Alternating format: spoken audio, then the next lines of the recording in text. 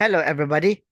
This time we will tackling about step 3 of the discharge permit application via online permitting and monitoring system.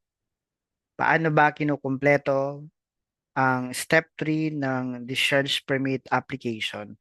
Ano ba ang mga information na kailangang ibigay sa step 3 ng discharge permit application via OPMS? Ito po ay yung step 3 ng OPMS, Discharge Permit Application. At dito po meron tayong outlet information na kailangang ibigay.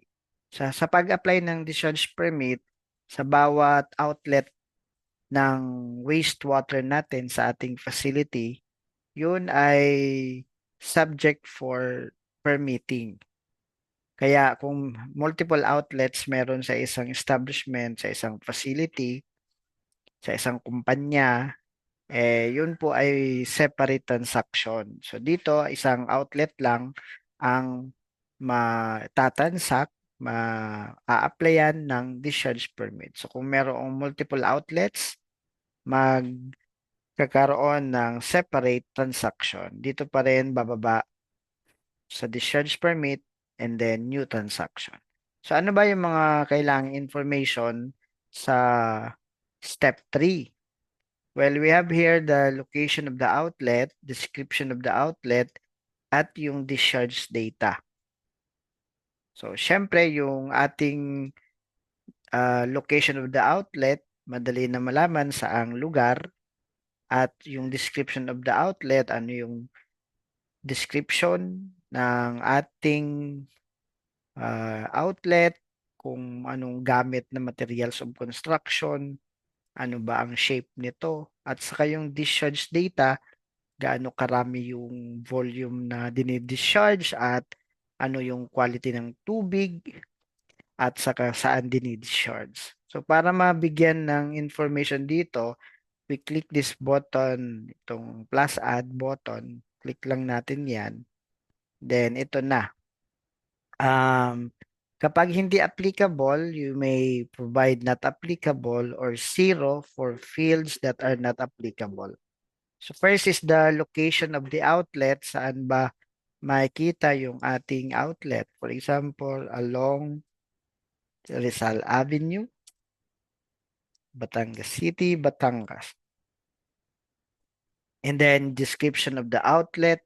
Pwedeng sabihin natin yung circular pipe. And then yung atin pong circular pipe ay 4 inches diameter.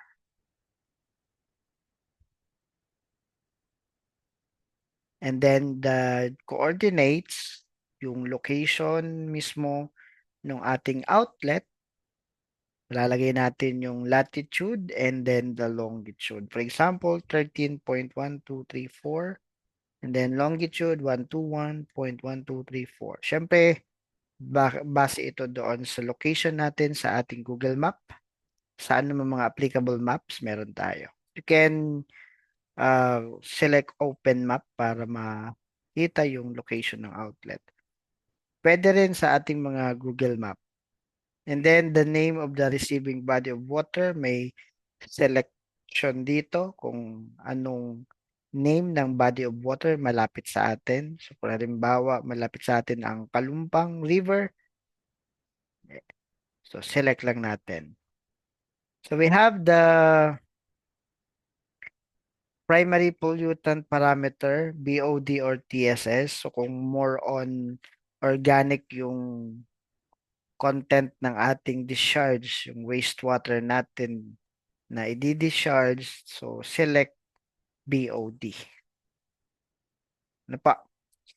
We can also select TSS, but most of concern pollutant is BOD.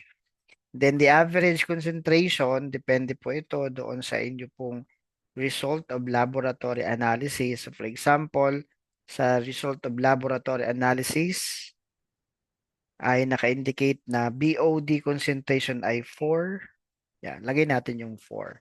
Pero kung septic tank ang gamit natin, so wala naman talaga tayong dinidischarge doon, pwede nating ideklara dito yung maximum concentration na 50 for BOD.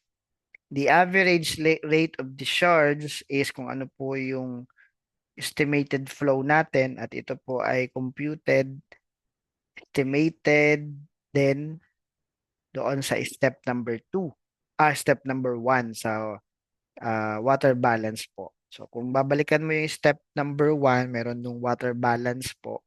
Kung anong dineklara mo doon sa estimated flow, sa total volume of wastewater discharge, yun din po ito. And ito po ay sa mga discharge permit, kung anong nilagay natin dito na average rate of discharge, yan din ay magre-reflect sa ating discharge permit. Then yung average load, ito po ay kinocompute na ng system base sa ating discharge data. Ano yon? Yung concentration at saka yung average rate of discharge at saka yung number of days of operation in a year.